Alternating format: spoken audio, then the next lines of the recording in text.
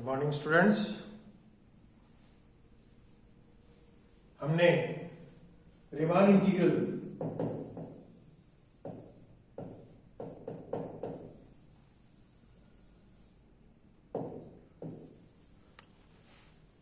Integral के लिए आवश्यक जो बेसिक नीड्स थी उनके बारे में अपन ने डिस्कस किया। आज अपन कोई भी फंक्शन यदि रीमान इंटीग्रेबल होता है तो कैसे होता है, और यदि वो रीमान इंटीग्रेबल है तो रीमान इंटीग्रल की वैल्यू क्या होगी, इसके बारे में अपन डिस्कस करेंगे।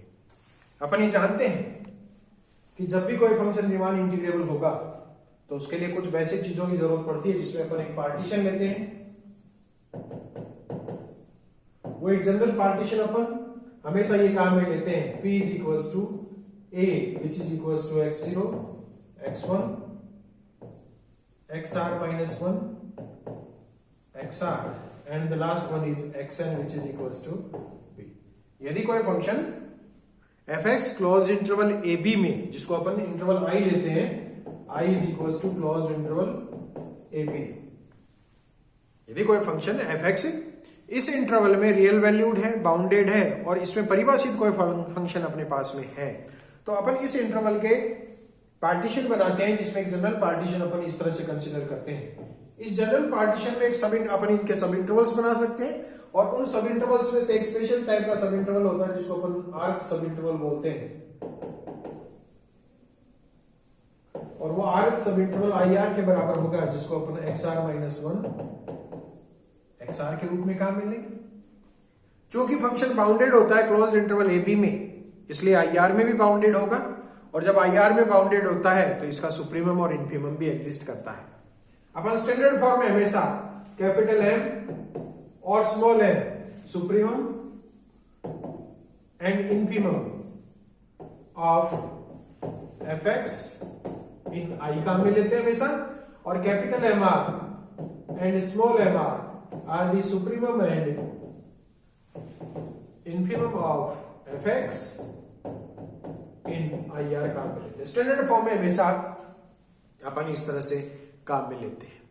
अपन ये भी जानते हैं कि जब सुप्रीमम इन्फीमम अपन काम में लेंगे तो अपने पास डार्बोक सम अपन ने कैलकुलेशन की थी।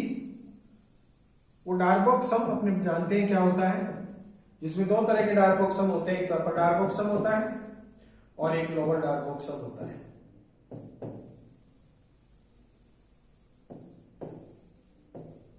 अपर डार्बोक सम को हमेशा अपन डिनोट करते हैं UFP के द्वारा,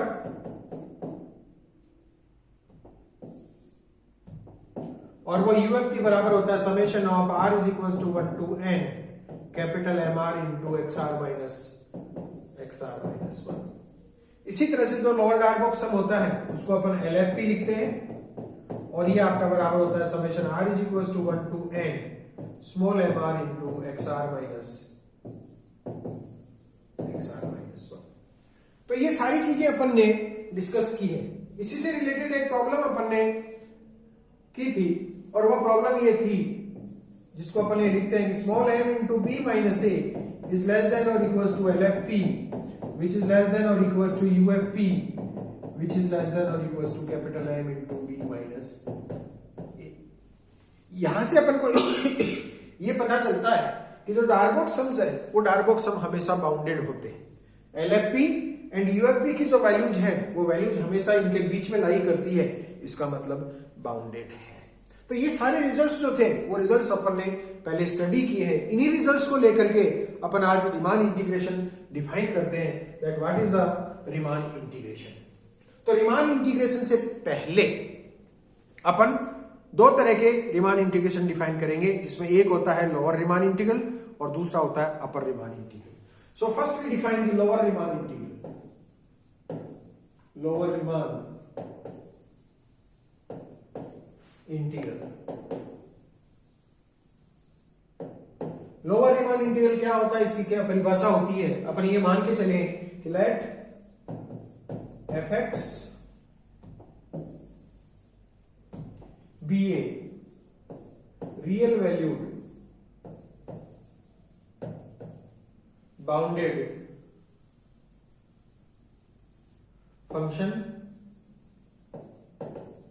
defined on closed interval a b. Then जो लोअर रीमान इंटीग्रल होता है उसको अपन डिफाइन करते हैं इस तरह से, उसको लिखते हैं, डिनोट करते हैं इसके द्वारा। इसको लिखेंगे a bar to b fx dx। Integral the limits are from a to b as the function is defined in closed interval a b।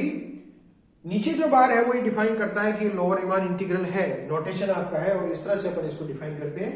So a bar to b fx dx, this is the lower Riemann integral and this is equals to supremum of LFP। जो अपन LFP निकालते हैं, जो lower डायरबॉक्स सम अपन निकालते हैं, उस lower डायरबॉक्स सम का यदि अपन supremum लेते हैं तो वो सुप्रीमम जो होगा वो उसका लोअर रीमान इंटीग्रल कहलाता है। So lower Riemann integral is equals to a bar to b integral a bar to b fx dx is equals to supremum of LFP। अपन LFP निकालेंगे और उस LFP का फिर यदि सुप्रीमम लेते हैं तो वो सुप्रीमम जो होगा वो उसका लोअर रीमान इंटीग्रल कहलाता है। इसी तरह से अपर रीमान इंटीग्रल होता है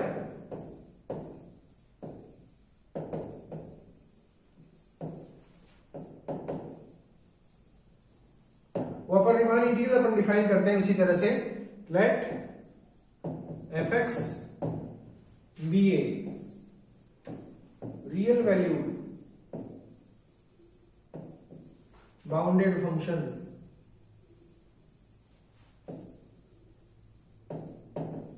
defined on closed interval a b। then the upper Riemann integral of the upper Riemann integral is defined as a to b bar fx dx। a to b bar is on upper side of the integral, so a to b bar fx dx, this denotes the upper Riemann integral। so upper Riemann integral is equals to infimum of u f p। जो अपन ने अपर Darboux sum निकाला, upper Darboux sum with respect to partition p of the function fx, उसका जो अपर Darboux सम अपन ने निकाला, यदि उस अपर Darboux सम को अपन इंफिमम ले लें तो वो जो इंफिमम होता है that infimum is equals to the upper Riemann integral. तो ये जो चीज है a to b bar fx dx, ये a to b bar fx dx जो है वो आपका बराबर होता है इंफिमम ऑफ यूएफपी। जो पहले यूएफपी कैलकुलेट करेंगे और उस यूएफपी का यदि अपन इंफिमम लेते हैं तो वो अपर डायरबॉक्स सम सॉरी अपर रीमान इंटीग्रल कहलाता है। अपन ये भी जानते हैं कि यदि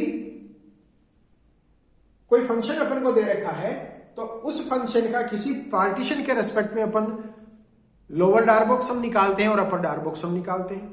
जब अपर डायरबॉक्स सम और लोअर डायरबॉक्स सम अपन निकाला तो अपन ने देखा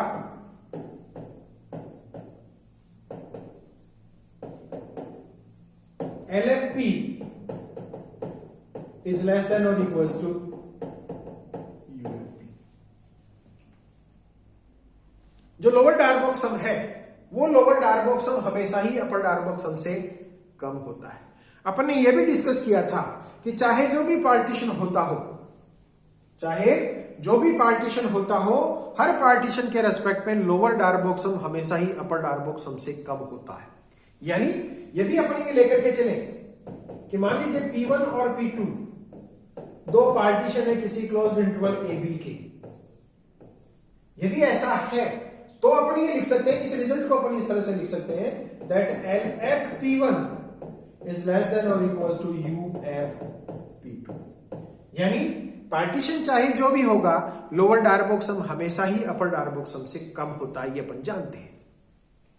लेफ्ट हैंड साइड जो लिया है उस लेफ्ट हैंड साइड का अपन सुप्रीमम ले लें, supremum with respect to partition P1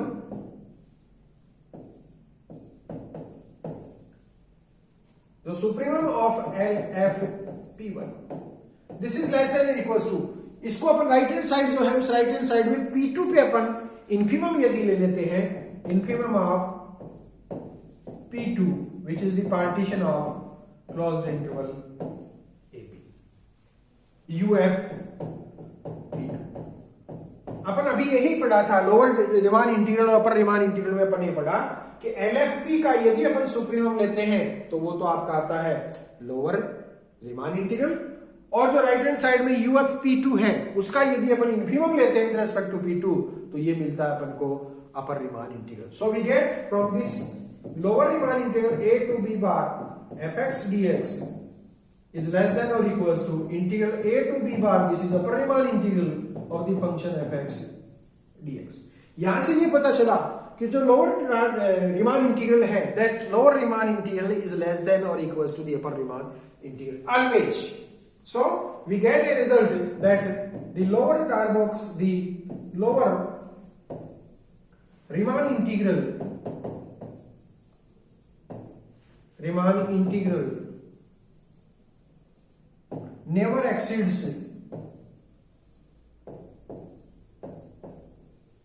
the upper Riemann integral. This is an important result, that the lower Riemann integral is always less than or equals to the upper Riemann integral, means the lower Riemann integral never exceeds the upper Riemann integral. Now हमने ये देखा कि lower Riemann integral क्या होता है, upper Riemann integral क्या होता है, तो फिर रीमान इंटीग्रल क्या होता है. So the definition of the Riemann integral